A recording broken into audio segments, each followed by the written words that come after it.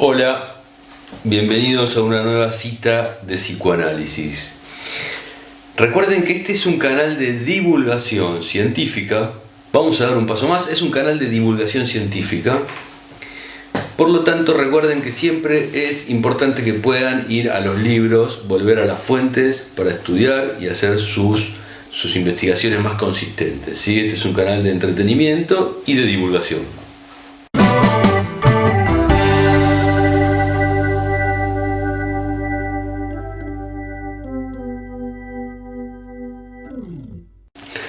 Hoy les voy a dejar una clase que dicté en Apertura para el 2018, en Apertura Sociedad Psicoanalítica de Buenos Aires, ¿sí?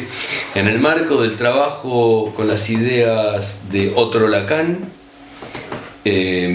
comencé una investigación referida a el psicoanálisis como discurso, o los 4 discursos del psicoanálisis que plantea Lacan en su obra. Espero que les interese. La clase está, de acuerdo a mi punto de vista actual, está muy buena porque la cantidad de personas que hay, el ambiente que se genera y los intercambios fluidos que se producen enriquecen mucho el material de la presentación en sí. Así que la verdad que vale la pena verlo y espero que me des tu comentario después. Míralo y decime qué te parece. Los espero entonces al final de la presentación, ¿sí? Los dejo con el video, que lo disfruten. Bueno, por suerte tenemos la pantalla. Es una gran ayuda. Tomarse el trabajo, ¿vale? Tomarse el trabajo no es la producción de José Edelstein, no tengo esa producción, pero por lo menos es casero, pero nos va a ayudar. Bueno, no somos muchos hoy, pero igualmente les voy a...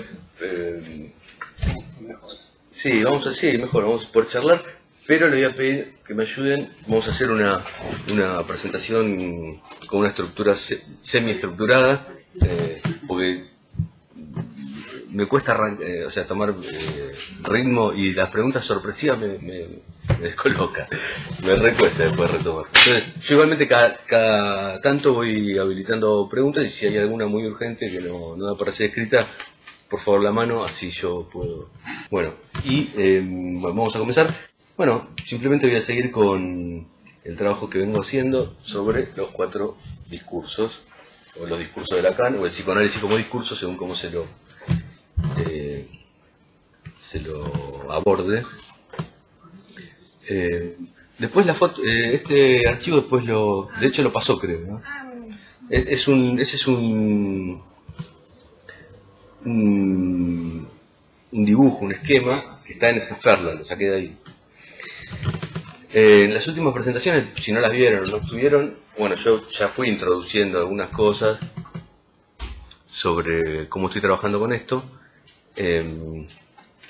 Y bueno, en breve, gracias. Creo que voy a estar subiendo los videos a YouTube. Voy a hacer un pequeño canal para que estén ahí y bueno, se puedan ver para quien quiera verlos. Después me mando un mail cuando lo tenga.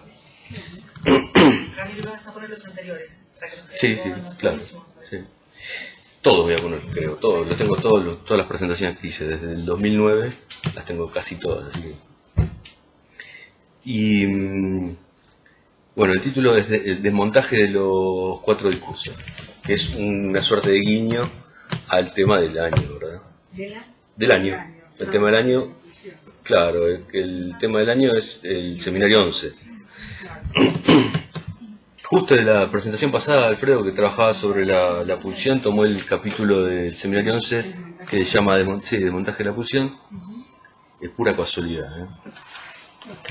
que es una casualidad esa que pasan acá, porque cuando uno empieza a escribir a un programa y empieza a seguir con una tendencia, digamos, en la forma de abordar los temas o de estudiar, es como que empiezan a haber esa suerte de coincidencias todo el tiempo, y no son ninguna casualidad, digamos, ¿no? Son efecto del programa, de la programación, de la estructura teórica, ¿no?, que uno va tomando, que habilita algunas cosas, otras no. Vamos a retomar, brevemente voy a retomar desde un poco de donde dejé la última vez. Igual voy a hacer una breve introducción, porque es muy complejo esto de los 4 discursos y habilita muchas lecturas. Recomiendo de vuelta, además de los seminarios 16, 17, 18, 19 y 20. Sí, el 19 no tanto, más el 18 y el 17. El 16, de hecho todavía no lo leí en forma completa, me estoy absteniendo de hacerlo, porque introduce otras cosas, si bien la antesala, los más centrales donde habla del psicoanálisis como discursos es el 17, 18, 20 y otros. Bueno, entonces, presenta muchas dificultades, permite ser abordado de distintas maneras, y bueno, yo ya lo tomé como tema por ahora, desde del año pasado, del anterior, y tengo pensado para este año presentar, tengo material ahí acumulado, lo tengo que ordenar nada más. Hoy vamos a trabajar más que nada sobre, además de algunos comentarios que les voy a hacer, vamos a trabajar sobre las relaciones internas de los discursos. O sea, este es un discurso, hay 4 discursos acá, ¿no? Cada uno tiene una estructura interna que está por debajo de las letras que son las visibles. Ahora lo vamos a ver. Vamos a trabajar sobre eso, más que nada hoy, de forma más profunda, digamos. Y después, durante el año, les voy adelantando que tengo pensado trabajar la relación de los 4 discursos y las estructuras clínicas de Lacan, cosa que no, muy por arriba lo escuché. Yo creo entrever que es posible de ser trabajado de esa manera. Voy a trabajar cuestiones de diagnóstico en esa oportunidad, ¿sí? Y voy a utilizar el concepto de pulsión también, porque para ligar todo lo que pueda con el seminario 11 y bueno, de alguna manera que quede linkeado con el trabajo de este año. También voy a trabajar sobre la disciplina de análisis de discurso, que es algo que tampoco se trabaja mucho. Voy a presentar algunas cuestiones, esto durante el año, cuestiones sobre la disciplina de análisis de discurso, que también es un campo de trabajo alucinante, está buenísimo. Y también tengo pensado trabajar algo que es la relación del intercambio entre Chomsky y Lacan, que en el seminario, uno de los seminarios de Alfredo, que es de referencia, que ahora le comento cuál es, está nombrado pero no está trabajado. Dice, lo vamos a trabajar, pero como es la desgrabación de un posgrado de la UBA, no llegaron por lo visto. Con lo cual, eso lo tengo también apuntado para trabajar este año, el intercambio entre Chomsky y Lacan, que también es interesantísimo, está muy bueno. Bueno, así que bueno, voy a ir presentándole algunas ideas que estuve masticando últimamente. El posgrado de referencia que les decía que les recomiendo leerlo porque es enorme en cantidad y de material y en cómo está trabajado, muy propio de la forma de trabajar de Alfredo, que bueno, que efectivamente también lo dice, hace una suerte de desmontaje de todo el planteo de los 4 discursos, lo sitúa bien. Y va planteando, no es un posgrado, va planteando tal como viene el material de los seminarios y bueno, lo refuta, lo replantea, hace opciones. Hay cosas en las cuales no estoy de acuerdo yo de cómo está trabajado ahí, otras sí, y por eso me parece más interesante, ¿no? Habilita eso. Después, bueno, hoy voy a proponer algunas ideas sencillas y apelo a que algunos comentarios de ustedes, porque ustedes saben, todos algo saben de esto. ¿Qué posgrado? El posgrado es el psicoanálisis como discurso, del 2009, en la UBA. Circuló el PDF hace un año o el año pasado. ¿Vos lo podrías investigar, Ramiro? Sí, claro. Está buenísimo, es grueso, es un grueso volumen. Y está trabajado y todo ahí. Bueno, y con clases intercaladas. Bueno, entonces les decía que hoy voy a presentar algunas cuestiones que tienen que ver con mi punto de vista y salteo la introducción más gruesa del asunto de los discursos. Muy bien. En principio, quería plantearles el tema de cómo llamar a esto, los discursos de Lacan. Las diferencias se pueden plantear en la forma simplemente de nombrarlo, de cómo referirse al trabajo sobre los 4 discursos. Por ejemplo, y en relación a ese posgrado, el posgrado se llama el psicoanálisis como discurso. El psicoanálisis como discurso. Fíjense, en el psicoanálisis como discurso podemos extraer ya de forma inmediata que se está refiriendo al psicoanálisis. Todo, al psicoanálisis todo. Como disciplina, como práctica, al psicoanálisis, ¿no? Y entendido en términos de discurso. El discurso en tanto la disciplina análisis del discurso. Entonces, digamos, en ese título, en la forma de referirse, estamos hablando de pensar al psicoanálisis en tanto o a través de la disciplina análisis de discurso, que es una ciencia social transversal que aparece, el análisis de discurso aparece a partir de la caída del estructuralismo en lingüística, aproximadamente en 1970.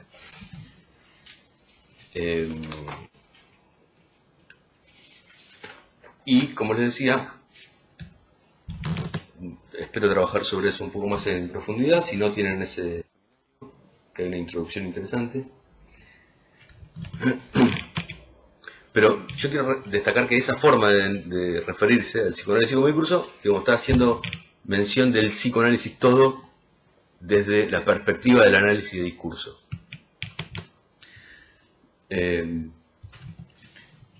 Que es muy distinto, diferente de, por ejemplo, hablar de, por ejemplo, concebir al inconsciente como una superficie topológica, digamos, por ejemplo, o a la libido como una laminilla. Digamos, ahí, esta forma de referirse sería lo mismo que decir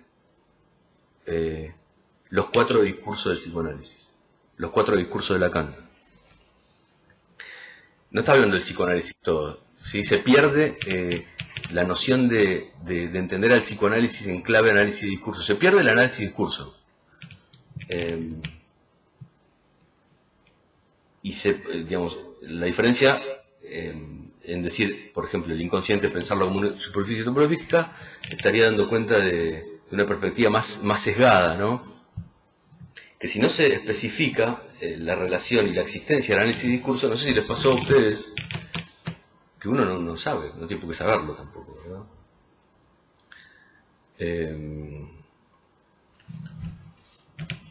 Así que bueno, me parece que es valioso poder hacer esa distinción en principio sobre cómo uno aborda el tema de los 4 discursos de Lacan. En general yo, siempre que lo estudié en algunos otros lugares, nadie me hacía mención del análisis de discurso. Hablaban de los 4 discursos como este aparato o estas 4 formalizaciones, como otra más. Como 4 formas de entablar lazos sociales, lo vi yo. ¿No? 4 formas de entablar lazos sociales. No sé, no dice nada de análisis de discurso, ¿verdad? Que, digamos, si uno lo sitúa temporalmente, Lacan está encolumnando una vez más al psicoanálisis con la ciencia piloto de la época, la ciencia social piloto de la época, que era el análisis de discurso, y que es la que toma el relevo del estructuralismo, justamente, y ni más ni menos, ¿verdad?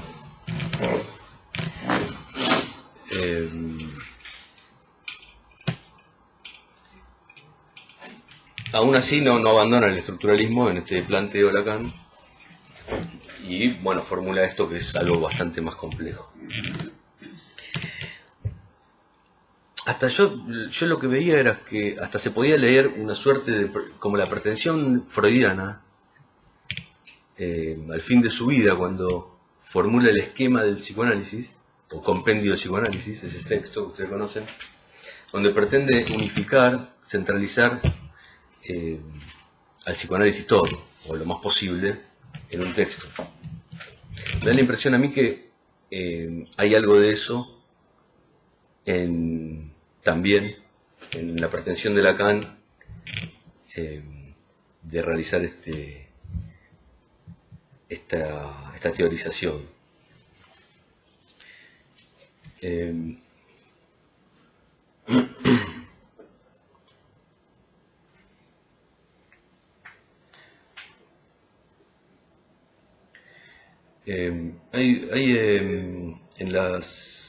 Cuando va a Estados Unidos, Lacan, en 1975, hace una serie de conferencias ahí, ¿no? Y Rodríguez Ponte las recopila todas, Yale, son como 4 o 5 conferencias. Está muy bueno, porque ahí ya Lacan estaba con el tema de los nudos, ¿no? Pero ya había hecho la formulación de los 4 discursos o del psicoanálisis como discurso.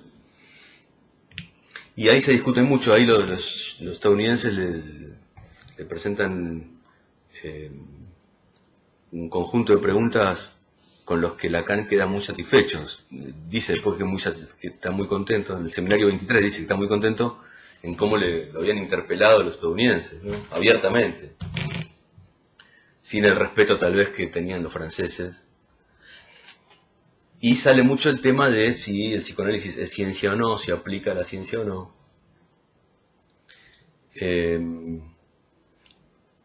Y dice Lacan ahí, en la conferencia de Yale justamente, dice: la ciencia es lo que se sostiene en su relación con lo real gracias al uso de pequeñas letras.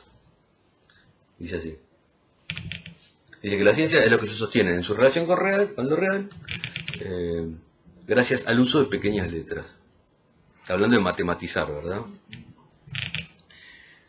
Y alguien le responde ahí en el auditorio, le dice que matematizar todo el psicoanálisis es un anhelo imposible. Y Lacan le responde que él dice: yo no dije matematizar todo, sino comenzar a aislar en él un mínimo matematizable. Fíjense lo que dice Lacan respecto de lo matematizable. Aislar en el psicoanálisis un mínimo matematizable. Yo creo que esto responde a eso, ¿no? Aislar en el psicoanálisis un mínimo matematizable que en tanto matematizado, digamos, adquiera las características de la ciencia y pueda ser transmitido de una manera más difícil de ser modificado con el tiempo, ¿no? Que sea transmitido de una manera más limpia, digamos, en tanto está en un lenguaje en el cual se usan pequeñas letras, como dice él, ¿no? Como las fórmulas.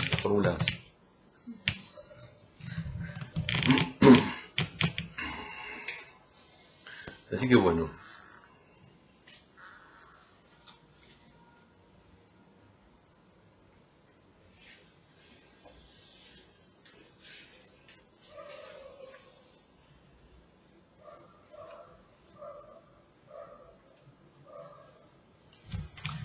Muy bien.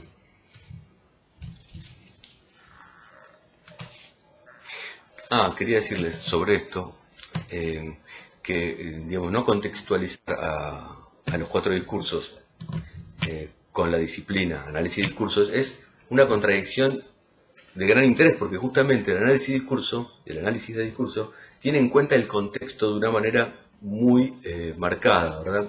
Considera el contexto donde se realizan las producciones discursivas como algo central a ser tenido en cuenta.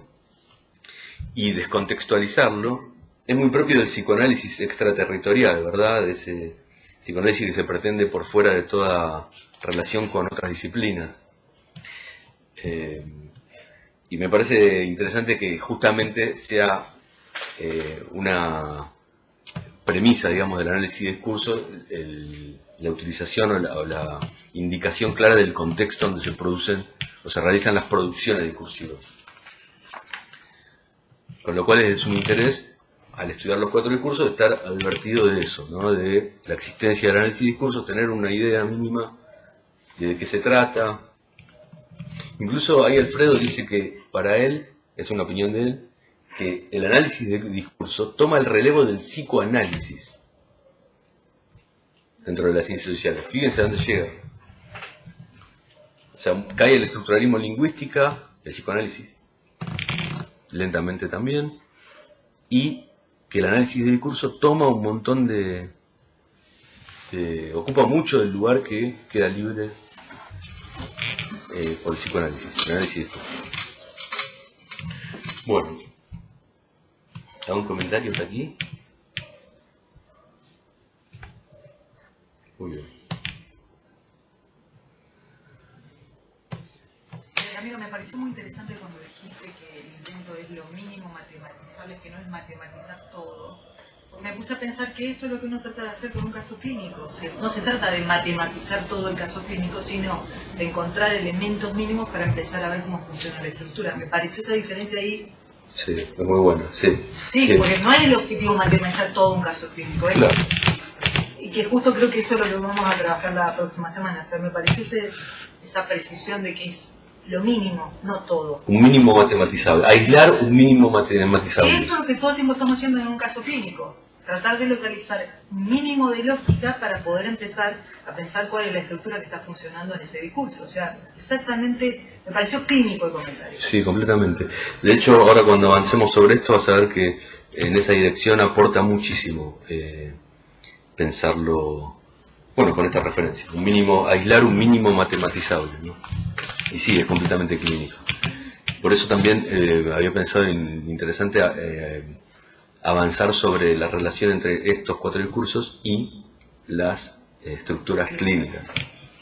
Esa es una perla, bueno, que ya la ordenaré para más adelante. Bueno. Esto es importante, que es un comentario de una dificultad con la que me encontré insistiendo sobre estos temas, que es la de la consideración de, al momento de estudiar los discursos, o el psicoanálisis como discurso, la consideración de su movimiento como maquinaria mecanicista. Ustedes saben que esto se trabaja como un reloj, o como un movimiento de máquina, de engranaje, porque cada uno de los cuadrípodos se produce un cuarto de giro, pasa al otro. Eso lo tienen, ¿no? Un cuarto de giro pasa al otro, lo vimos la vez pasada. Se produce un cuarto de giro y se pasa de uno al otro. Por ejemplo, este es el del amo, el S1 está acá, en la posición dominante, y en el siguiente está en la posición de al lado, y en el siguiente en la posición de al lado, y en el siguiente en la posición de al lado. O sea, es un cuarto de giro, el movimiento que se produce, y se tiende siempre, de hecho la vez pasada lo hablábamos así, estábamos con Alfredo, lo presentábamos así, porque uno tiende a abordarlo y a pensarlo así, al funcionamiento de esto como una maquinaria mecanicista, como una máquina de engranajes.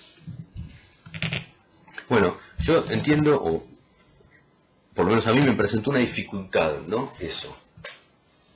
Una dificultad, porque llega un momento que uno se traba el reloj, se traba la maquinaria y uno queda limitado, y después se utilizan los 4 discursos como de forma esporádica, o para hacer algún comentario, que está bárbaro, pero digamos, se pierde tal vez la especificidad o la visión de conjunto del funcionamiento de toda la estructura. Yo lo que proponía era pensar en que para trabajar de la mejor manera sobre los 4 discursos, cuando uno lo va a abordar, a estudiar, habría que pensarlo más como una máquina, en lugar de una máquina mecanicista, como una máquina cuántica.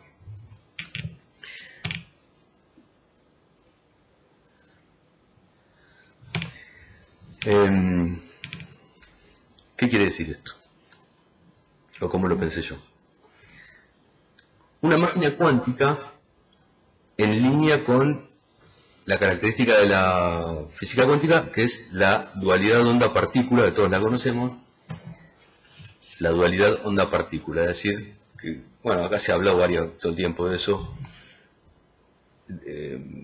que es parte de la física cuántica, de la física moderna, que de acuerdo a cómo el investigador aborde un fenómeno, se comporta de una manera o de otra.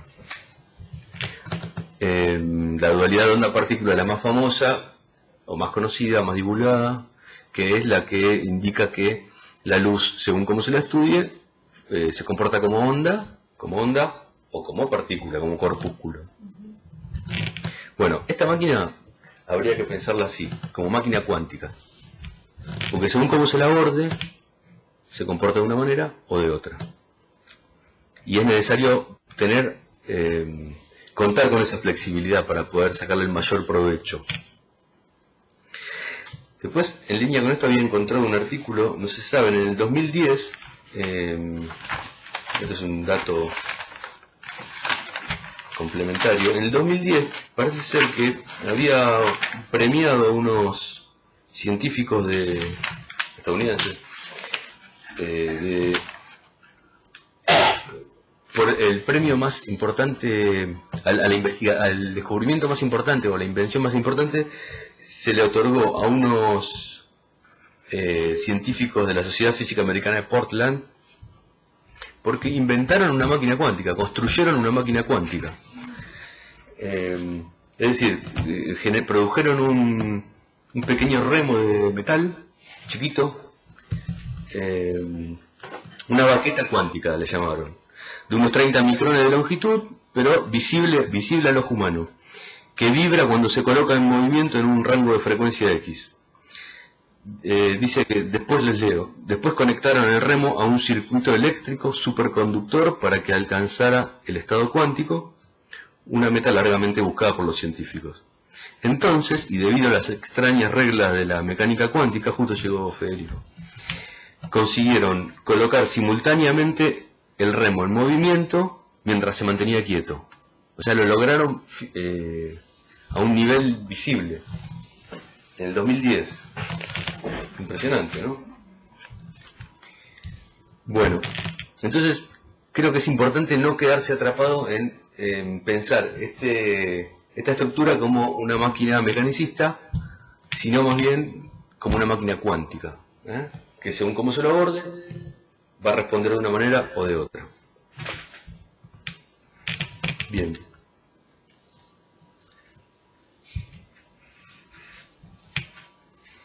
Ahora podemos hacer otra interrupción. Si hay alguna pregunta, comentario. Perdona, en cuanto a lo que vos dijiste de máquina cuántica, si la cuántica es cuando, digamos, la energía, lo que se descubrió que la energía no varía en forma continua, si se produce por saltos, ¿no? Por cuánto. Sí. O sea, los tipos que hicieron ese remito, por ahí con un pequeño envión lograron pasarlo a un nivel superior, ¿no? Y lo que no termino de entender es qué tiene que ver con esto. Claro. Porque ese salto energético por quantum, que tiene que ver con... No, en realidad no me refiero a una cuestión tan específica de la física cuántica, más que nada a la dualidad de onda-partícula.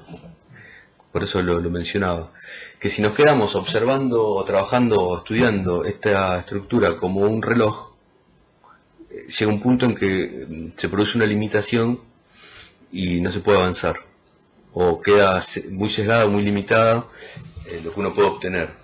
Por eso, digamos, a lo que me refería con máquina cuántica es que, en línea con la dualidad onda-partícula, es necesario salirse de esa concepción mecanicista de este aparato, de esta estructura, y poder flexibilizar la forma de abordarlo, porque de acuerdo a cómo uno lo aborde, obtiene un resultado distinto. Eso, no, sin ir tan a lo profundo de... Bueno, muy bien. Bueno, ahora sí, una pequeña introducción. De la vez pasada, yo lo que había propuesto... pasa, por favor. Era pensar, para estudiar los 4 discursos que les podía servir, había tomado de la dirección de la cura una partición que propone Lacan ahí, que es táctica, estrategia y política, que es de la teoría de la guerra, ¿verdad? En psicoanálisis se suele relacionar la táctica con la interpretación, la estrategia con la transferencia y la política con la ética. Lo que yo planteaba es que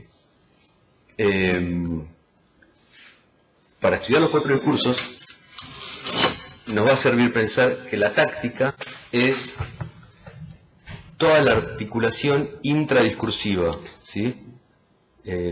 La relación entre los elementos que componen los 4 discursos, sus lugares, las relaciones internas que vamos a trabajar hoy, todo lo que pase a nivel de intradiscursivo es táctica, en la propuesta que yo les traigo. El nivel de la estrategia es cuando se produce un cambio de discurso, un movimiento, ahora sí, de un discurso al otro, y que podemos identificar como una relación interdiscursiva. La táctica era intradiscursiva, la estrategia es inter, cuando estudiamos todo lo que tiene que ver con el paso de un discurso al otro. Eso es interdiscursivo, estrategia. Y la política sería toda vez que estudiamos lo que tiene que ver con lo transdiscursivo, con lo que va más allá de la estructura en sí, y que yo había ubicado la vez pasada. ¿Puedes volver? Había ubicado en relación a la dirección de esas flechas rojas. Yo había ubicado la dirección antihoraria, la había relacionado con el malestar de la época, la tendencia hacia el malestar, que es la primera columna del programa de investigación, ¿no? Todas las tendencias occidentales modernas que propician el malestar subjetivo. Perdón, Rodrigo. Sí. Esas flechas, digamos, en el sentido contrario a las agujas del reloj, ¿es una cosa que agregaste vos? No, estaba en esta Tafarla. Sí. Está en Tafarla porque la dirección de hacia el discurso analítico sería la dirección de la tendencia analítica. Sí. De la cura. Esa es la dirección cultural, ¿no? Claro. La antihoraria. La antihoraria sería la dirección de las tendencias que propician el malestar cultural, y la dirección horaria sería la dirección de la cura. Las flechas contrarias a las agujas del reloj darían cuenta de nihilismo, individualismo, etcétera, ¿no? Claro. Y tienden hacia el discurso del amo, que es el reverso, el en vez del discurso analítico. Está en dirección completamente opuesta al discurso analítico que está acá abajo, ¿verdad? Tienden hacia ahí. Incluso un paso más, el discurso universitario, Lacan en el 17, ya en el 17 lo ubica como una modificación del discurso amo. En tanto, es un paso más.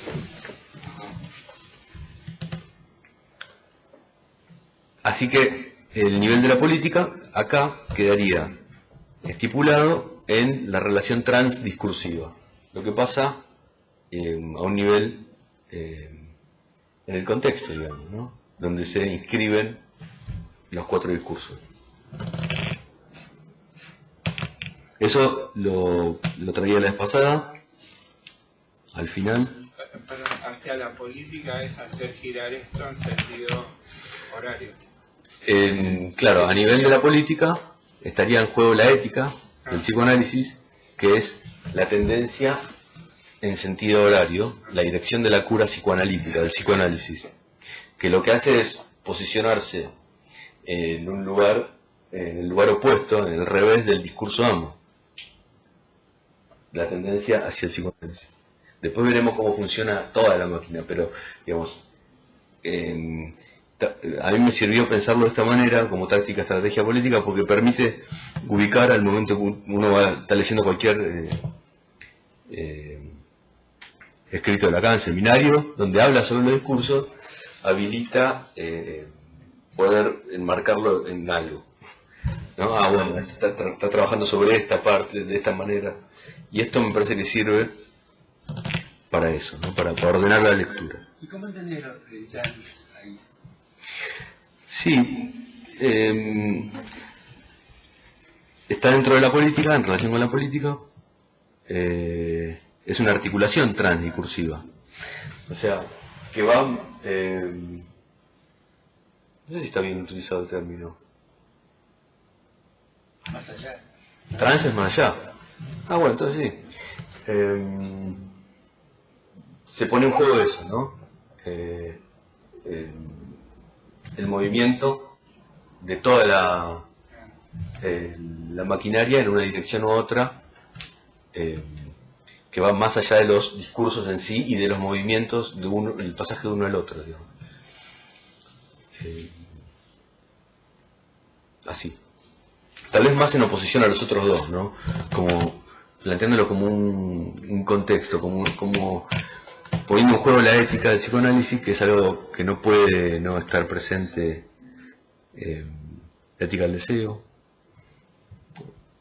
No sé, habría que especificarlo. Pero en principio lo entiendo en relación a los otros dos, ¿no? En relación a la ética, a la estrategia y a la táctica. Bueno. ¿Sí? Me quedé pensando que, no tengo la cita porque no lo estuve estudiando, pero me acuerdo que una de las cosas que me quedó la idea es que para que funcione la máquina completamente, el único que funciona es el discurso del analista, si no, la máquina no gira. Entonces lo que estaba pensando es que me pareció interesante cómo están los colores, porque ves, fíjate que el discurso del analista es el único que está en color azul la letra y está marcado en rojo el rombo. Entonces como que los otros tienen la misma estructura, pero algo hace que el discurso del analista esté marcado con otros colores, tenga otro funcionamiento, y estaba pensando si que opere el discurso del analista es lo que hace que toda la máquina opere, porque si los otros operan, la máquina funcionaría en automatismo, pero no que va a girar de un discurso al otro. Me parece que a lo mejor eso es lo que vos decís de transitividad, o sea que todo funciona así, pero para que se modifique de un discurso a otro, tiene que operar el discurso del analista, si no, no hay modificación. Sí, sí. Justo yo ahí. Ah, perfecto. No, porque como estaba pasando por como está tan claro en ese esquema, el color, el destaque que hay, y lo que me parece enigmático es que se marcan las A. Sí. Digamos que hay un agujero ahí que eso es lo que hace que funcione, pero de las 4 A no son las mismas. La que funciona es el analista en el lugar de la A en el discurso del analista. Si esa no empieza a operar, las otras no operan. Sí, correcto. Sí, está buena tu indicación porque, claro, parte del esfuerzo que estoy haciendo sobre esto apunta a dar cuenta de ese proceso. Justamente iba a eso. Porque esto está presentado así, pero es como un estadio final. Claro. Yo estaba pensando, ¿viste esa rayeta que vos que está marcada en el texto, ¿no? En violeta? Porque es como si vos pensás un automatón, un juego de dominó que vos necesitas que uno se mueva para que se muevan todos. Ahí está claro que tiene que ser el A del discurso del analista, porque si no opera ahí, no va a haber movimiento, funcionamiento de los otros. ¿Por qué decís que...? Y porque me parece que ustedes se puso esta idea de que es un automatón, es una máquina cuántica, pero para la idea de movimiento, ¿dónde estaría? El movimiento se tiene que iniciar en el A del lugar del analista, en el discurso del analista. Sí. Y por ahí, eso es lo que hace que se gire ese centro, ese núcleo ahí, que permite que puedas pasar un discurso al otro. Si no, los discursos tienden a repetirse en sí mismos, como están las otras flechas, ¿no? Tiran a girar en sí mismos. Todo el secreto es cómo poder hacer que la máquina funcione al revés. Perfecto, ¿vamos a avanzar? Vale. Sí, justamente iba a pasar ahí, ya planteé esta breve introducción, pasaba a lo que sigue, que es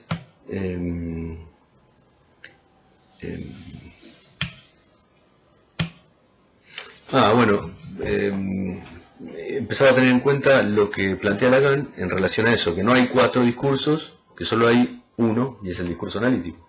Justamente, la cita acá la tengo, mira. Y los otros 3 son producto de del discurso analítico. La última presentación justo terminé ahí yo, así que lo retomo de ahí. Pásalo por favor hasta el... Eso, esta, mirá. Dice, bueno, ahí está la cita, que es, no existen cuatro más que sobre el fundamento de este discurso psicoanalítico que yo articulo con 4 lugares. O sea que son 4 lugares que se articulan en función del discurso analítico. Y sobre cada uno por la consideración de algún efecto de significante estipulado como tal. Esto es el seminario 20 de la clase 2.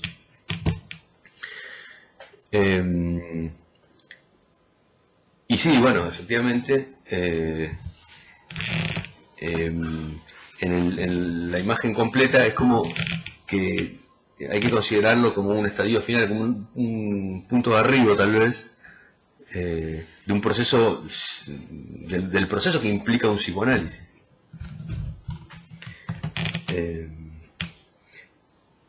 Y lo primero que tenemos que considerar es la maniobra de instalar, si los 3, amo, histeria y universitario, son producto del discurso psicoanalítico, lo primero que hay que hacer es instalar el discurso del analista. Y a partir de ahí van a surgir los otros 3. Habría que ver cómo, ¿no? Por qué medios, pero en tanto el psicoanálisis es un proceso que tiene un comienzo y en el mejor de los casos un fin. Pero es un proceso dialéctico que hace que haya transformaciones en el transcurso del proceso y que se arribe a un punto distinto del cual se parte.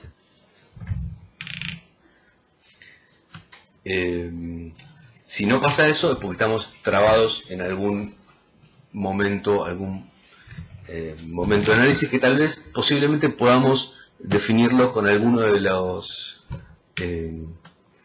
discursos que están planteados por Lacan en la estructura de los 4 discursos. Un ejemplo bueno de esto es cómo trabaja en el curso que finalizó la semana pasada, que dieron Alfredo y Tomás y Bruno sobre clínica del intervalo, donde en el libro Estructuras Clínicas 2 plantea ahí Alfredo claramente que en el análisis lo primero que hay es el matema de la demanda, ¿verdad? Y que luego del proceso se llega al del fantasma. ¿Sí? El matema del fantasma, ese barrado rombo A, se llega a eso después de haber trabajado la posición del par lettre en tanto en relación a la demanda del otro. Solo una vez que se pasa por esa instancia se adviene a la relación del sujeto y el objeto de deseo, desprovisto ya de la demanda del otro y de cualquier Rodrigo, una cosita. Ramiro me llamo igual. Me llamo Ramiro. Ramiro, perdón. ¿Se trata del matema de la demanda o de la función? Es el mismo. Sí, es el mismo. Bueno, entonces... Pero a mí no me quedó muy claro, porque o te entendí mal o dijiste que los otros 3 discursos los instalaba el discurso del analista. Sí. Y no es al revés, de que los otros 3 ya están y hay que advenir al... bueno. Bueno, sí y no. Están pero en un estado de no realizado, si se quiere. O se lo supone, pero no están. Ahí vamos ahí, ahora. No están en sí mismos. No hay nada en realidad. No hay nada. Esa es la realidad. Hay una demanda en todo caso, únicamente. Bueno, lo que les decía es que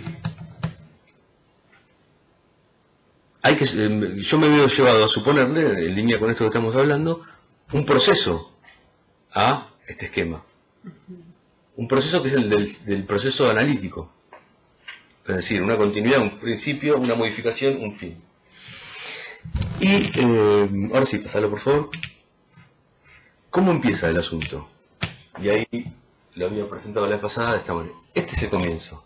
Si se quiere, cuando viene una persona a hacer una consulta a un psicoanalista, bueno, eso contado con los dedos, llega a hacerle una consulta a un psicólogo, un algo, no sé, alguien, un terapeuta, alguien que está, que le supone que va a ayudarlo con lo que le pasa. Y en lenguaje, los 4 discursos, este es el comienzo, de acuerdo a cómo lo estaba leyendo. ¿Qué tenemos? Tenemos el sector correspondiente al discurso del analista ahí abajo. Esa A está en el sector correspondiente al discurso del analista. Y tenemos las flechas, que son las flechas que corresponden al malestar, a las tendencias del malestar que operan produciendo el malestar, ¿verdad? Entonces tenemos a alguien que llega con un malestar, una demanda, y se dirige a alguien pidiéndole que lo ayude o viene a comentarle sobre eso.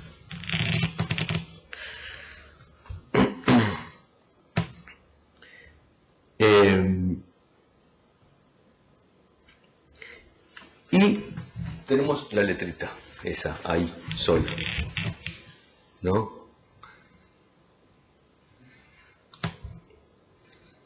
Ubicada ahí, en ese lugar, el lugar del analista, con todas las pretensiones que pueda tener, esa pequeña letra ahí ubicada. En un momento inaugural, ¿no?, del proceso que está por darse, si es que pasa lo que tiene que pasar, que es que tiene que ser instalado el discurso analítico.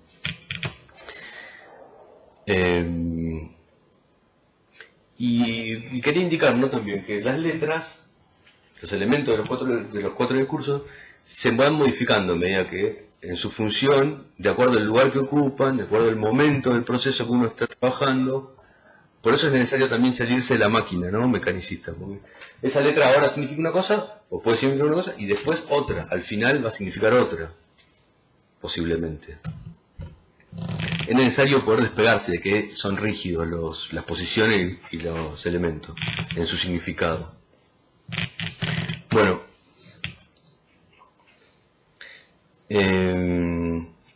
entonces, ¿cuáles son las pretensiones de la letra esta? A, ubicada ahí. Bueno, en principio, yo tomé lo que trabaja Lacan en el seminario, la clase 1 del seminario 13, que es la ciencia y la verdad. Es el escrito de la ciencia y la verdad, pero también es el seminario del objeto del psicoanálisis, ¿no? Y dice ahí Lacan que el objeto del psicoanálisis es la función del objeto A. Ese es el objeto del psicoanálisis para Lacan en ese escrito. El objeto del psicoanálisis es la función del objeto A. Bueno. Y que la función del objeto A, para decirlo rápidamente, y en relación con el objeto de la ciencia le está hablando, pero dice que es la función del objeto en tanto que faltante. ¿Sí? La función del objeto, la relación del objeto en tanto que falta. El objeto de la ciencia es también el objeto en tanto que falta.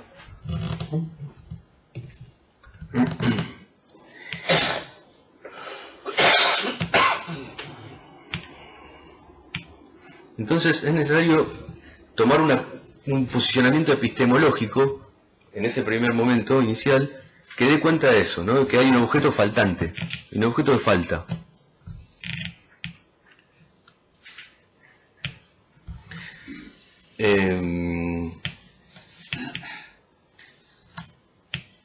Y es un posicionamiento epistemológico que va a estar posicionado en ese lugar que no es otro que el lugar rector de los discursos, es la dominante, es el lugar dominante de los 4 discursos, arriba a la izquierda.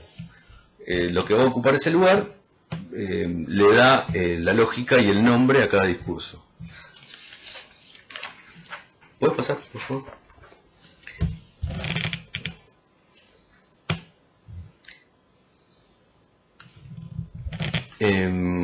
Entonces, hay una suposición de saber que recae sobre algo que no está y que está ubicado en el lugar dominante, rector, ¿no? Y, por otro lado, lo voy a decir así que está complejo y después lo digo bien clarito. Y después está este saber, hay un saber no sabido al comienzo del proceso psicoanalítico, que es lo que ocupa, que determina este posicionamiento, ¿no? Del lugar de la verdad. Desde el lugar de la verdad. Es decir, esto es la parte izquierda del discurso analítico. Lo que está abajo es el saber, ¿sí? Que está en el lugar de la verdad. Es el saber en el lugar de la verdad. Es un saber no sabido. Y arriba el lugar rector está ocupado por la dominante, por el objeto A en tanto suposición de un objeto que falta. Entonces ahora lo voy a leer despacio. En el principio del proceso está un saber no sabido. O sea, el psicoanalista tiene la suposición de que hay un saber del consultante que desconoce, ¿verdad? Que está en el lugar de la verdad, ahí abajo. Y que determina lo que ocupa el lugar dominante, que es lo que está arriba, del discurso analítico. En tanto se trata de la posición ética y epistemológica que considera al objeto en tanto que faltante.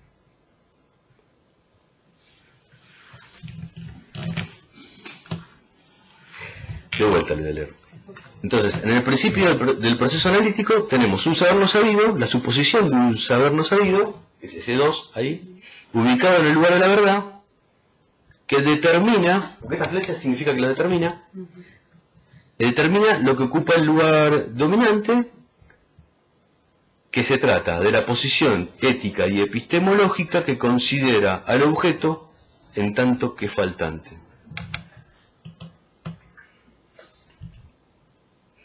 Bueno, está ahí. ¿Eso no sería la matematización de la verdad como causa A sobre S2?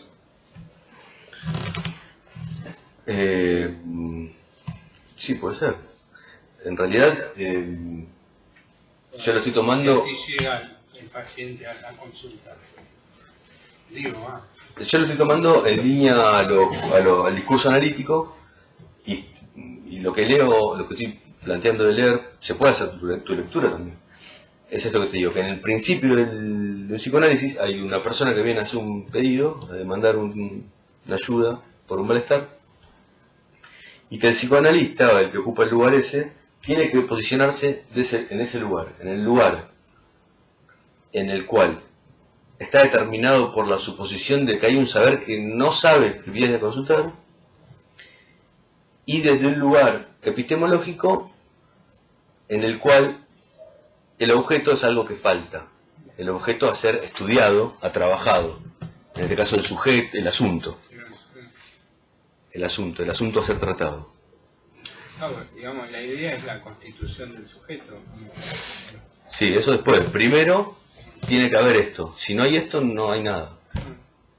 Una posición epistemológica que entienda que el objeto a ser trabajado falta, no está, y que hay un saber no sabido que se le supone al consultante y que determina ese posicionamiento epistemológico.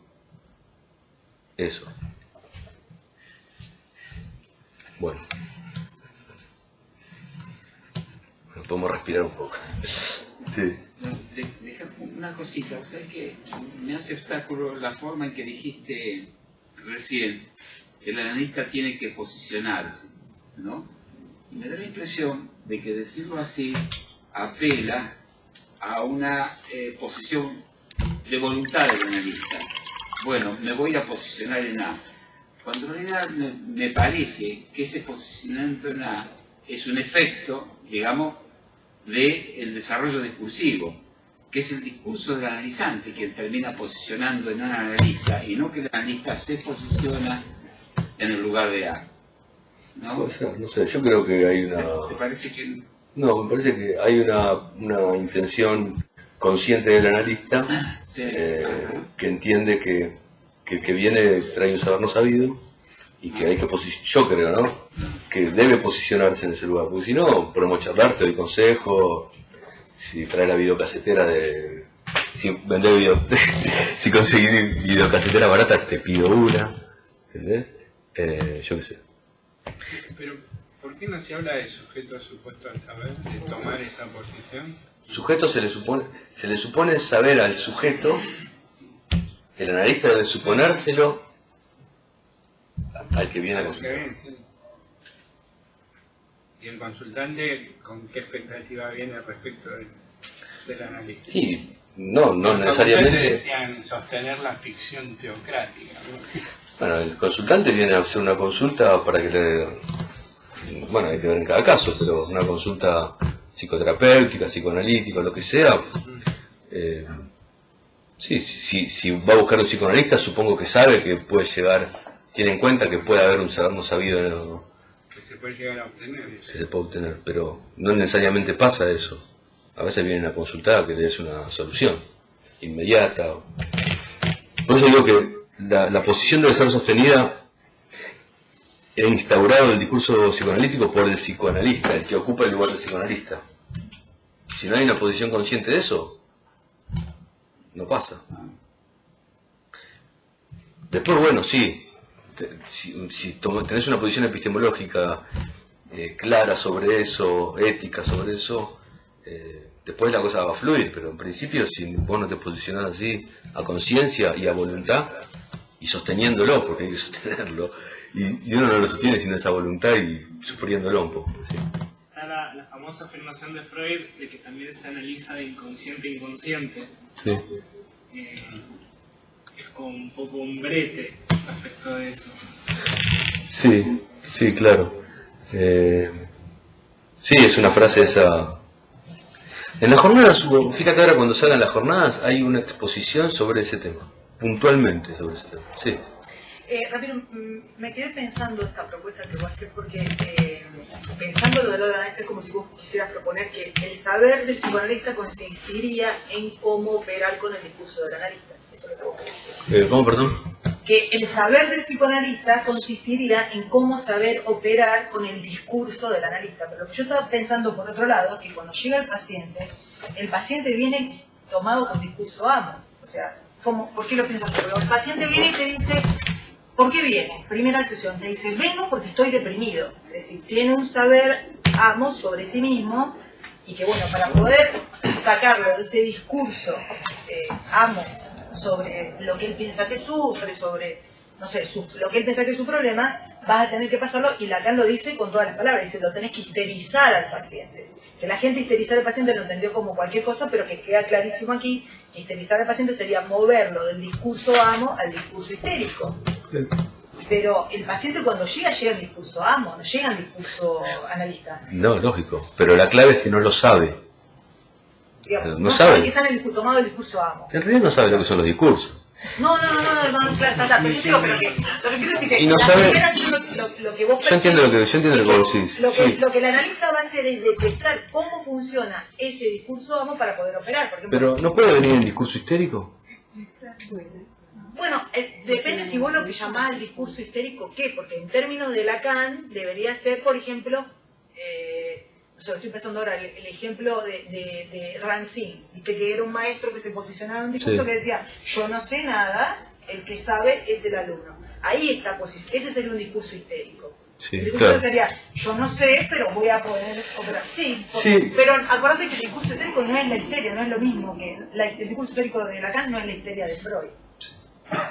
Me parece, Es el discurso histérico de me Lacan. da la sensación más que el discurso, me parece a mí, el discurso histérico de Lacan sería más una entrada de análisis que el paciente llegó con discurso histérico. Me parece más que el paciente entraría con discurso amo y que por ahí podemos pensar la entrada de análisis donde aparece el sujeto permitiéndose en falta de decir, no sé, trabajemos sobre lo que no sé. Sí, no, a mí me parece igual que, que es delicado decir está en discurso amo o en discurso histérico. En general, para eso sirve pensarlo en términos de táctica.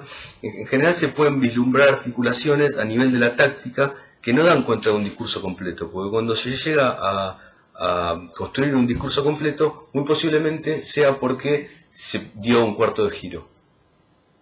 Claro, retroactivamente vos podés decir, acá hubo un movimiento de este a este, porque retroactivamente... Pero en general nadie llega en un discurso u otro, ni siquiera en el discurso amo. De hecho no saben que está en el discurso amo, viene con un malestar inespecífico que no sabe qué hacer con eso, por eso viene a consulta. El discurso amo también, según yo entiendo, es algo que hay que construir y no necesariamente se lo construye entero. O sea, hoy no lo iba a trabajar, pero sabemos que la flecha que sigue da del discurso analítico, del analista, es el sujeto barrado allá y abajo el significante amo. Abajo significante Yo no amo. estoy interpretando, no lo estoy interpretando como algo concreto, yo lo interpreto el discurso amo como una forma desde el que se habla, lo estoy planteando como una posición del sujeto. Si yo hablo en discurso amo, hablo desde un saber cerrado, te hablo como que, o sea, lo estoy planteando como una posición del sujeto al hablar, no como un discurso, como un contenido de saber que se construye. Pero no, el sujeto es uno de los elementos del discurso. El sujeto es uno de los elementos del discurso, que en el discurso del analista está ahí, en el discurso amo está donde está. O sea, es uno de los elementos. Pero yo digo, por ejemplo, vos escuchás, lo que pasa es que me hace nacional, que vos decís, cualquier discurso, puede ser un político, un paciente, vos que estás hablando ahí, se puede analizar y decir, esto es un discurso amo o un discurso, ¿entendés? Que me parece que si estamos trabajando de análisis del discurso, se podría decir, por ejemplo, que un político está hablando del discurso amo. No, yo no lo pienso así. No, yo lo pienso en términos de únicamente del espacio del psicoanálisis. Únicamente del espacio del psicoanálisis, por eso estoy hablando de cuando viene un paciente a hacer una demanda cualquiera, es necesario instaurar, si uno quiere llevar adelante un psicoanálisis, instaurar el discurso psicoanalítico, para que se produzcan los otros tres como efecto del discurso psicoanalítico. Ahora, ¿cómo se producen los otros tres? Y cómo se produce el movimiento de un discurso al otro y la dirección de la cura, eso es parte del trabajo que estoy planteando de realizar. Pero no, yo creo que no se puede pensar en un discurso completo, a no ser que se haya hecho un trabajo que dé cuenta de que hubo ahí un discurso funcionando como tal y que determinaba una posición del sujeto. Sí, fíjate, yo ya te propuse, con el ejemplo que yo te di, que yo pienso que sí se puede aplicar. Por ejemplo, te digo, pedagogía.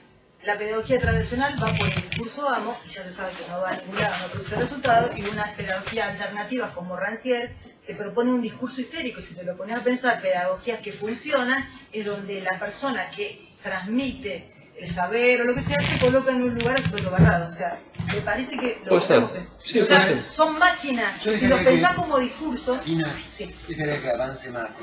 No, yo pensé que estábamos ya... No, me falta una parte. Por eso quería ver, sí, te iba a pedir de avanzar. Igualmente no lo estoy trabajando así yo. Estoy tratando de salirme, por eso al principio decía que tenía pretensión de trabajar las estructuras clínicas. O sea, estoy pensando pura y exclusivamente en el terreno del trabajo psicoanalítico. Nada de pedagogía, nada de nada. Solo el trabajo del psicoanalista con el que viene a hacer la consulta, nada más. Solo eso.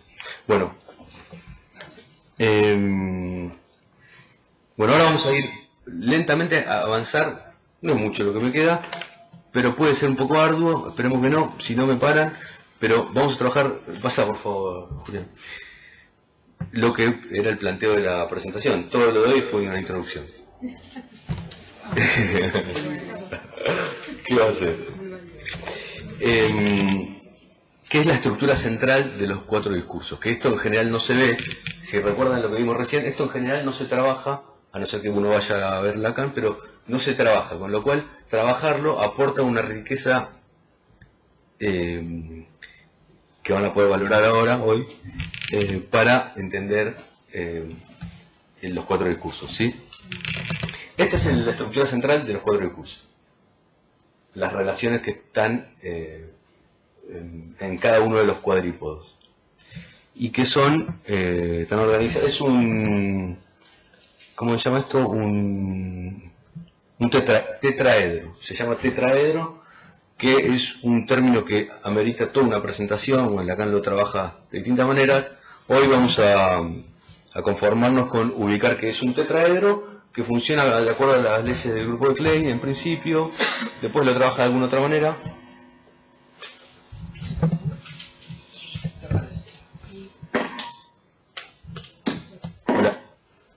Hola. Bueno, entonces, bástenos con saber que es la estructura central de cada uno de los discursos. Y la característica de este tetraedro es que estas son relaciones. Son relaciones. Y que las nombra, las nomina Lacan. Vamos a empezar desde el seminario 17, como las nombra. Pasa, por favor. Así las nombra en el seminario 17. La relación de arriba es una relación que está determinada por lo imposible. La de este lado necesario, lo necesario, lo contingente la de allá, y la de abajo, que es la relación que está rota, o sea, no hay conexión entre los elementos que están de un lado y del otro. Es una relación que la nombra como posible, pero impedida. Así que bueno, vamos a trabajar brevemente sobre esto. Son como las relaciones de base, ¿no? Vamos a pasar.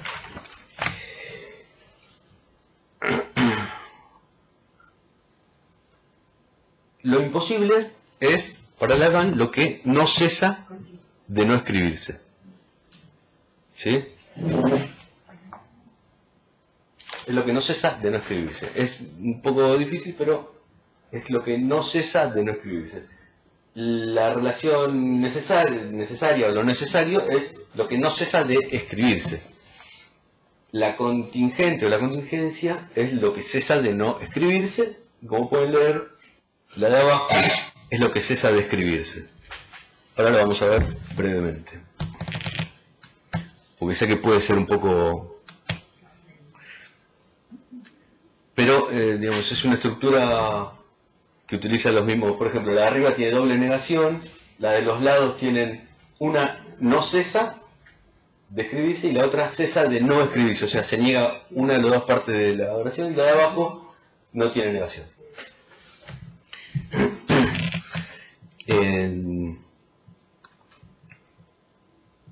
Pasa, por favor. Le puse esas letras para que no nos mareen el tema de los lugares que van ahí, con una cuestión puramente didáctica. Cada uno de esos son lugares, ¿no? Estamos en un nivel por debajo de lo que se ve en los discursos en general. Tenemos las relaciones y los lugares. Después vamos a ver los lugares, pero vamos a trabajar brevemente las relaciones para tener en cuenta que están siempre funcionando, operando en cada uno de los discursos. Bueno.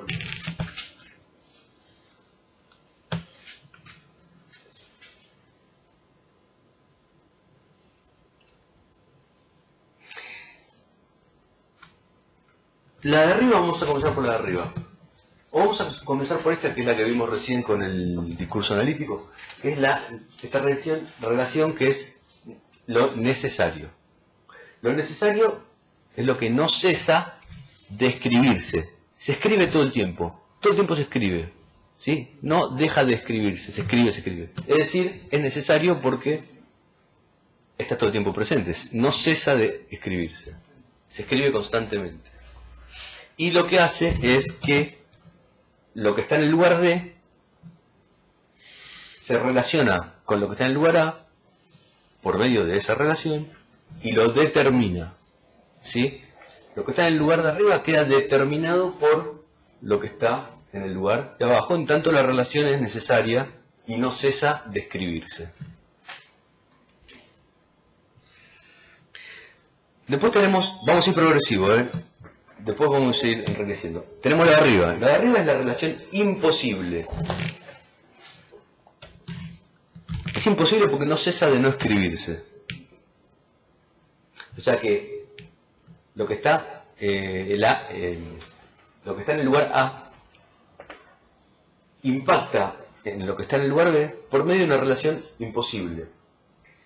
Que no cesa de no escribirse es lo mismo que decir que no es especularizable, es decir, no es visible, no está a la vista, porque no cesa de no escribirse. Cuando uno quiere ir a leerlo, como no cesa de no escribirse, es difícil, no se puede leer, no es visible, sí.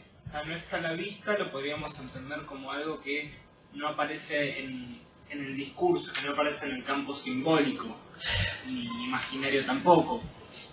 Sí, está, una vez más, yo entiendo que es algo que no está realizado, no es, sí, en el campo simbólico sí. No sé bien lo de los campos, cómo ubicarlo en relación al real simbólico. Bueno, lo imposible siempre está relacionado con lo real. Con lo real. Es como raíz cuadrada de -1, si se quiere. Es algo que no hay respuesta, pero está la operatoria que lo determina. Es posible poder transitar por la operatoria. Me parece que es mejor pensarlo así. No cesa de no escribirse, es como pensar la solución a raíz cuadrada de -1. Puedes llegar... Raíz cuadrada de -1 está en los símbolos. O sea, está pero no está. No está. Es I. Ni es ni no es. Bueno, sí. Claro, al no haber Pero dentro del universo simbólico de los racionales, es necesario pasar los imaginarios, dar un salto. Claro, es el significante distinto. Por eso es un significante que no está. Pero, digamos, de alguna manera forma parte de lo simbólico. Pero lo real no sé si es eso. Sí, lo real es lo imposible lógico. Sí, ya sé, pero... Bueno. Se puede pensar como lo imposible lógico. ¿Sí? Bueno, pero Claro, la escritura de lo real, por ejemplo, de raíz de es una escritura matemática, o sea que es un símbolo, de hecho se utiliza. Sí, correcto. Lo que pasa, sí, correcto, por supuesto. Entonces digo, por ahí me suena más, en relación a lo que decían tus compañeros, que no es especularizable, por lo tanto no es imaginarizable. No pasa el campo imaginario, no se puede... Esto que está todo el tiempo. Sí, pero me parece que la característica de esto que estamos hablando de raíz cuadrada de -1 es que no es posible de ser dicho, es imposible lógicamente dentro de el campo determinado por los números racionales. O sea, es necesario producir un salto y salirse, porque... Sí, es otro campo. Bueno, por eso... Es una invención, pero está, digamos, ya está matematizada, son las pequeñas letras. Sí, correcto, pero la característica es que no se puede dar respuesta es imposible, lógicamente, para el campo desde el cual se formula la ecuación. Es necesario salirse, inventar algo nuevo. Bueno, pero justamente Pero no el es nombre que de imposible, de ese imposible lógico, en este caso matemático, es que está, está formulado, está escrito matemáticamente en esa fórmula que permite operar en toda una matemática que permite que tiene efectos en la realidad concreta, ¿no? Sí, por supuesto. Bueno, La realidad físico-matemática. Pero es otro nivel, porque estamos hablando de un movimiento, me parece. Pero por eso digo. Pero digo, si no se escribe tampoco se puede leer. No porque, pero se va a poder, en todo caso en la operatoria. Pero eso es por una detención, me parece. pero permítame, permítame seguir porque si no voy a llegar, Después charlamos. Esta relación es la que Lacan ubica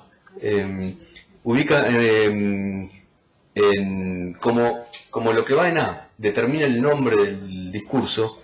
Lacan lo relaciona con las profesiones imposibles: educar, curar, gobernar. Entonces, efectivamente es imposible, pero no quiere decir que no tenga efecto, correcto. Lo que pasa es que son efectos los efectos que producen lo real. Está bien, pero tomamos por ahí un ejemplo demasiado remanido.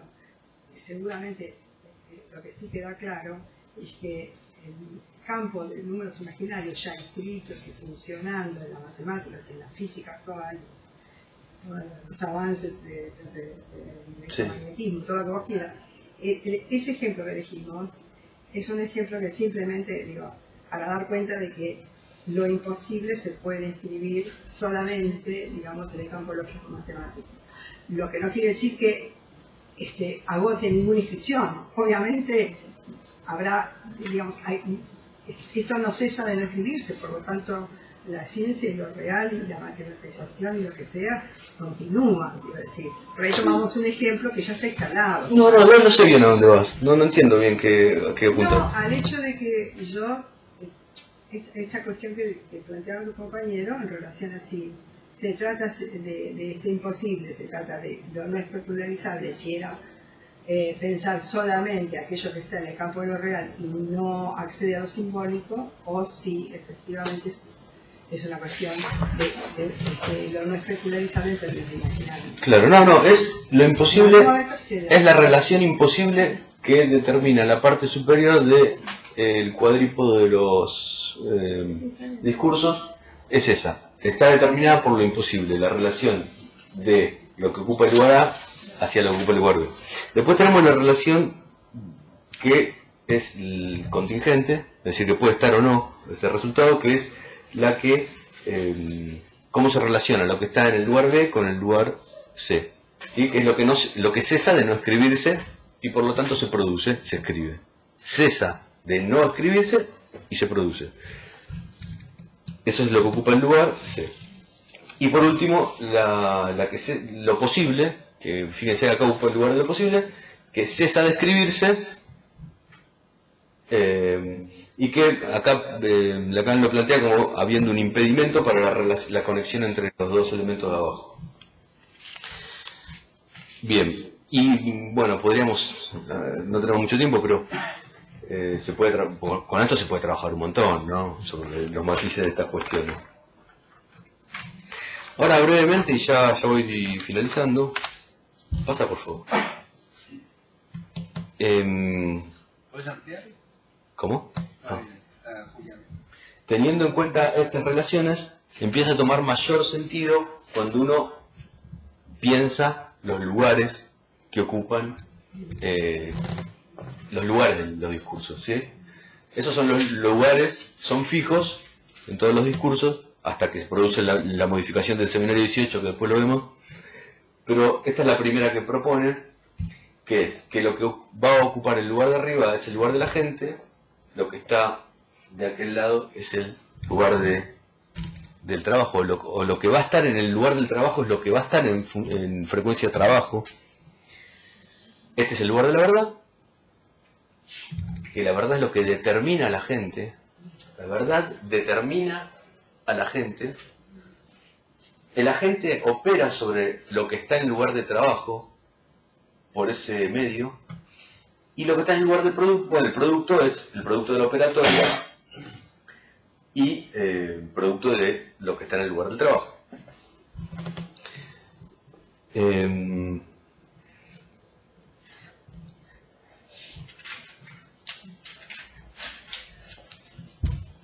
O sea, la verdad opera de una manera necesaria, determinando a lo que está a la gente, al lugar de la gente.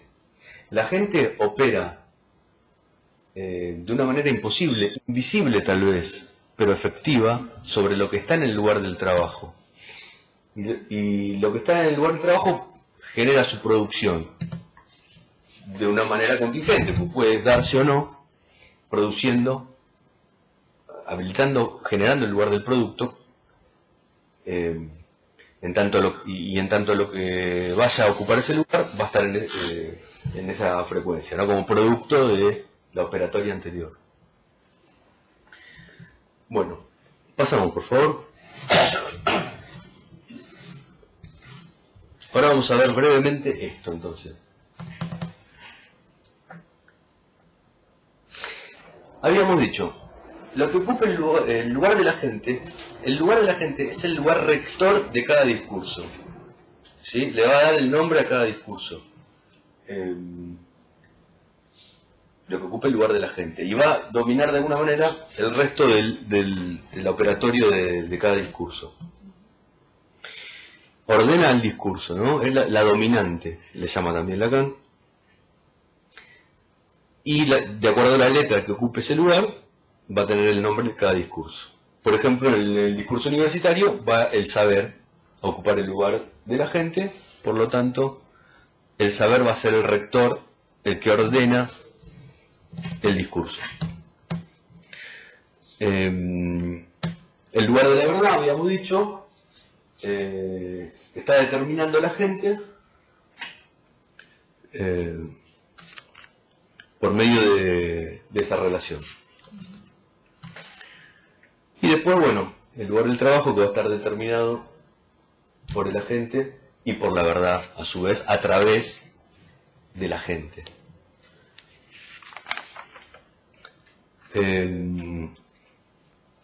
Y también tenemos esta flecha, que de acuerdo a la lógica del grupo de Klein, esta flecha da cuenta de las dos relaciones de arriba. Realizar este camino es lo mismo que hacer este camino de arriba. O sea, hacer doble camino o uno doble. Con lo cual, fíjense que de la verdad podemos llegar al lugar del trabajo. Sin agente.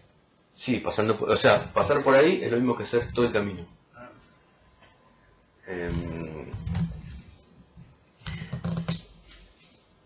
A ver. Y bueno, la pone porque en este caso podemos decir que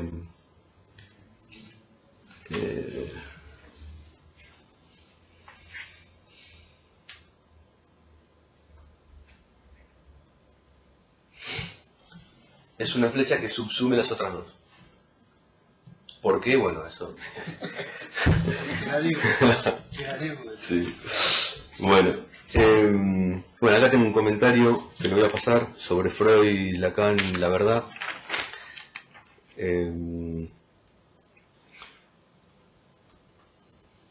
Y a ver dónde estamos. Lo que quería era yo que prestemos atención también. Vamos a continuar. Es que al lugar de la verdad no llega ninguna flecha, ¿no? Es el lugar al cual no llega ninguna flecha. De la verdad parten flechas, pero es el único lugar al cual no llega ninguna.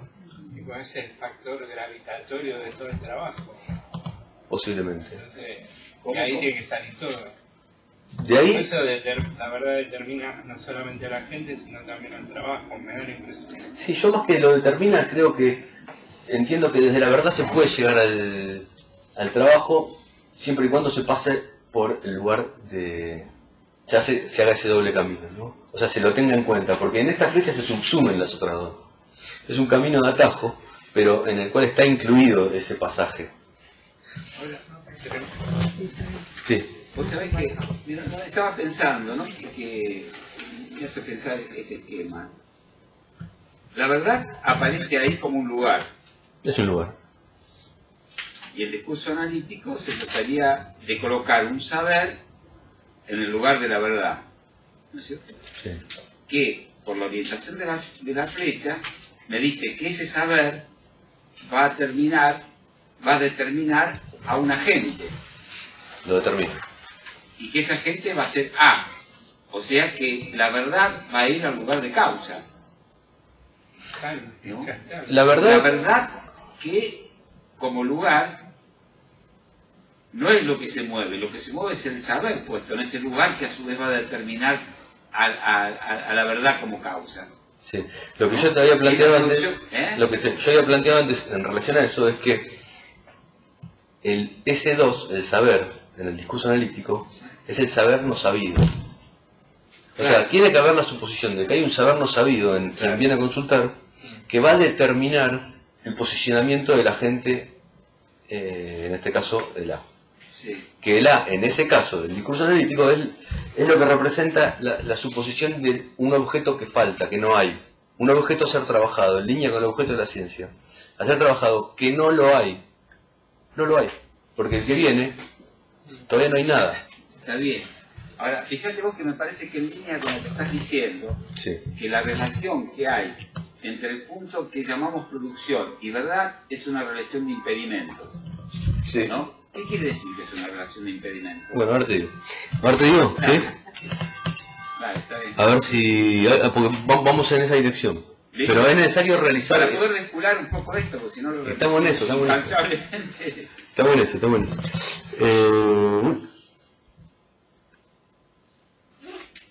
Bueno, vamos a pasar. Pasamos a la siguiente, por favor.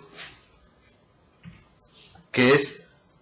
brevemente vamos a ver el lugar del trabajo. Que este es mi favorito, el lugar del trabajo. Es buenísimo, por lo que habilita, ¿no? Cómo está planteado. El lugar del trabajo acá,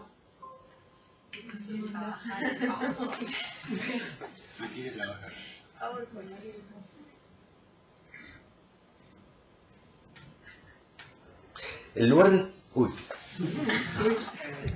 Bueno, el lugar del trabajo está determinado entonces por el agente.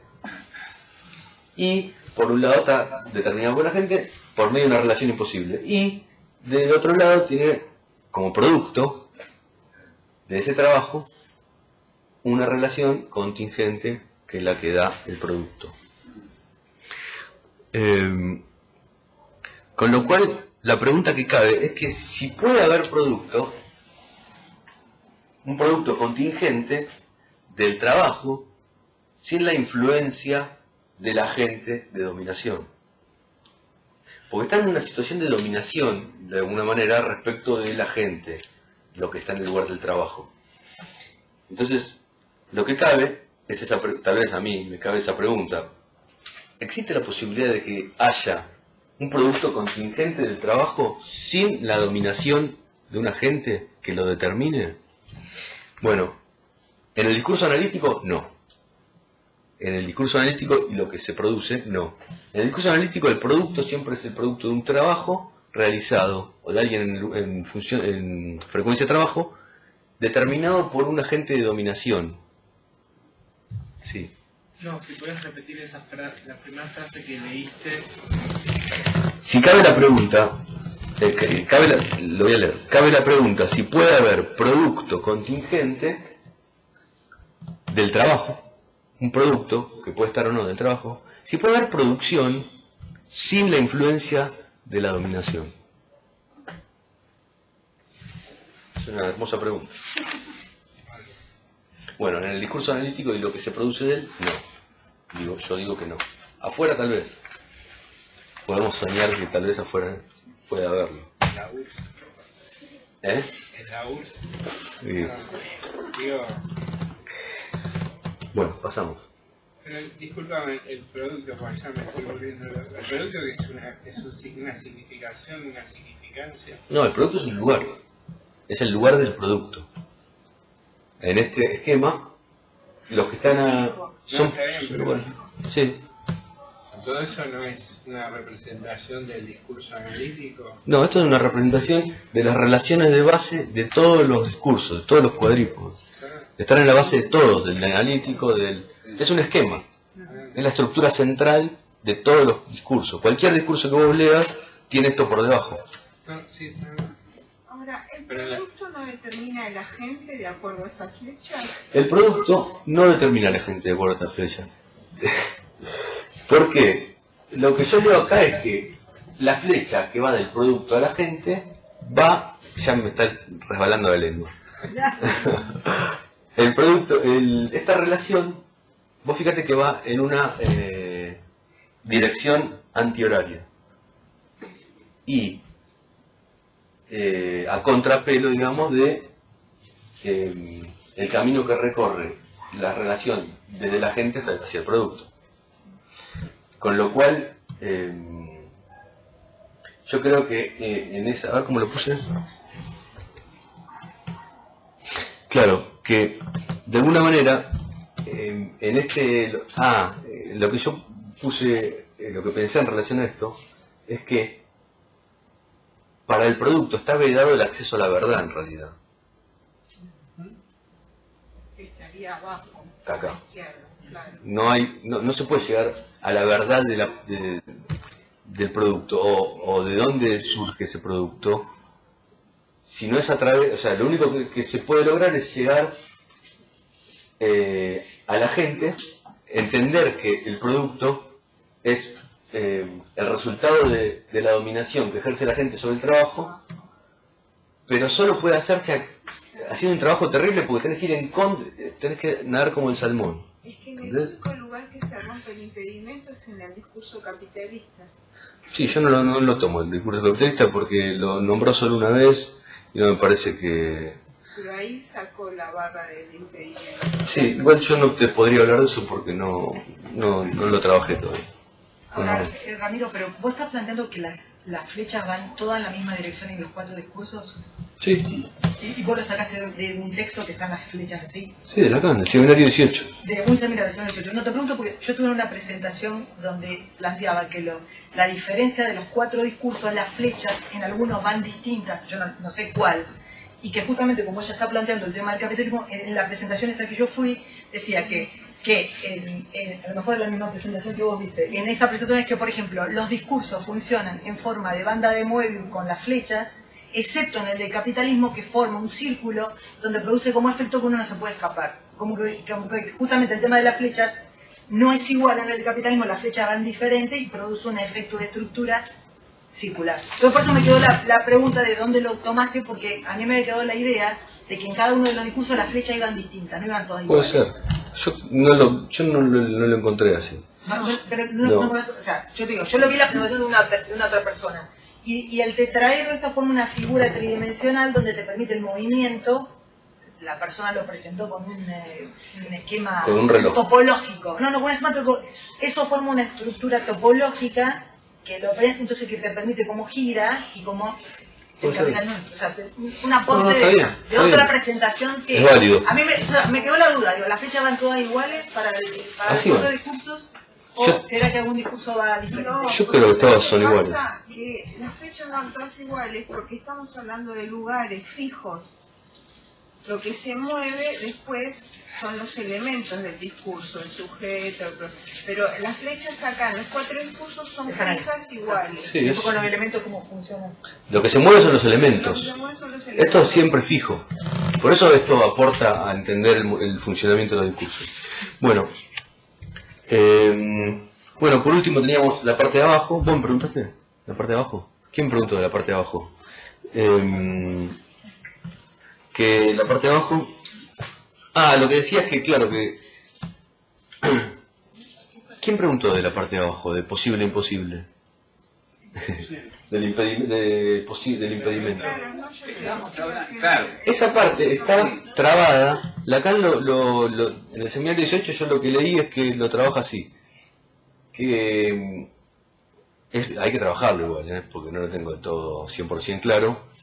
Se puede leer de acuerdo al grupo de Klein, pero también dice que es la quinta dimensión, que es la que no puede ser dibujada, especularizable, ahora sí utilizo el término, la que queda representada ahí. O sea que es una relación rota, porque 4 dimensiones las puedes dibujar, la quinta no. En el espacio euclidiano. Eso es lo que dice Lacan. Lo que sí acá está representando siempre en los cuadrípodos una relación que tiene un impedimento. No hay acceso, no hay conexión del producto y la verdad.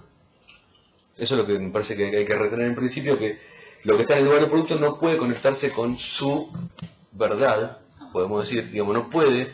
Es muy marxista esto, es muy marxista. Tiene que ver con que la mercancía no se sabe de dónde viene, digamos, el operario pone un tornillo nada más. Un tornillo, otro. No sabe cuál es no conoce cuál es el valor de su producción. Ese cesa de escribirse, ¿verdad? ¿Lo podemos leer como se escribió? ¿Que cesa de escribirse? ¿O no se escribe más? ¿Cómo se lee ese cesa? Es muy ambiguo eso. Yo lo pensé en términos de que, porque en todos los otros hay acción. Sí. Este es algo que cesa de escribirse.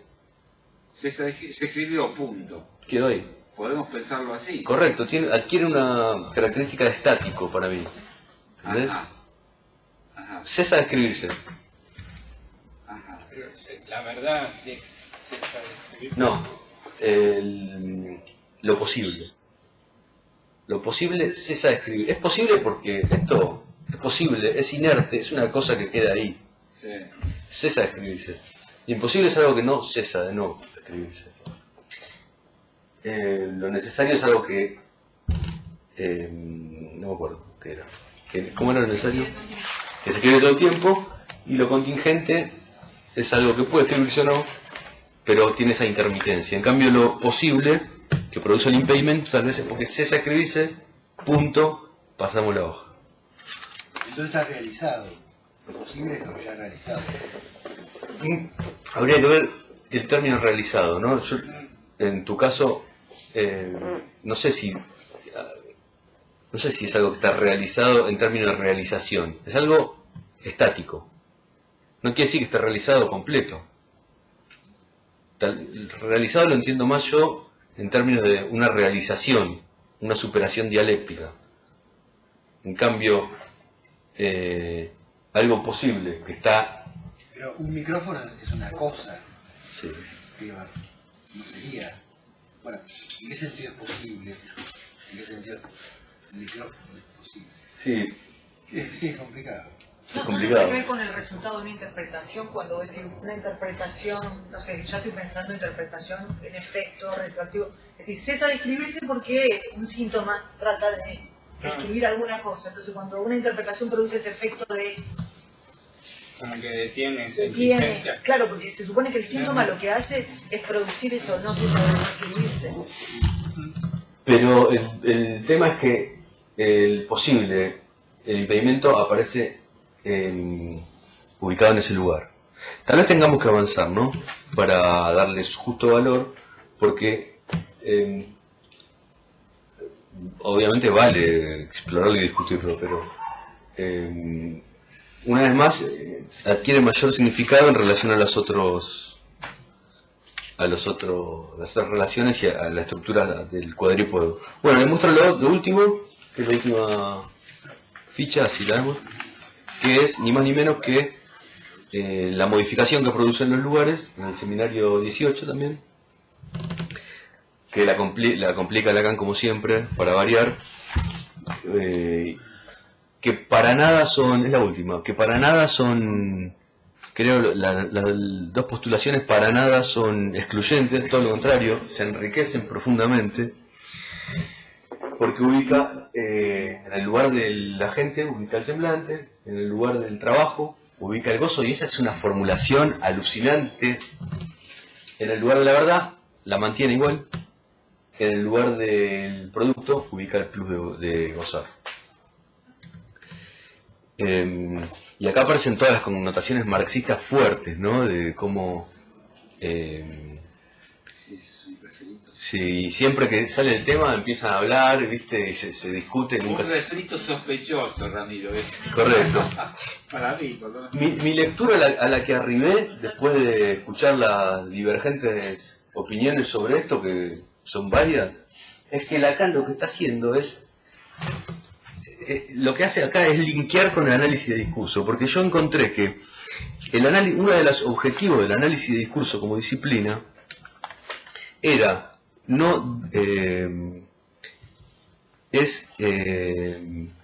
introducir la variable económico-política, sociohistórica, no dejarla de lado en el objeto de estudio del análisis de discurso que estaba a conformarse. Era como un objetivo que estaba muy latente, que sigue latente, un desafío, y puntualmente para la escuela francesa de análisis de discurso, que es la de Manguenot.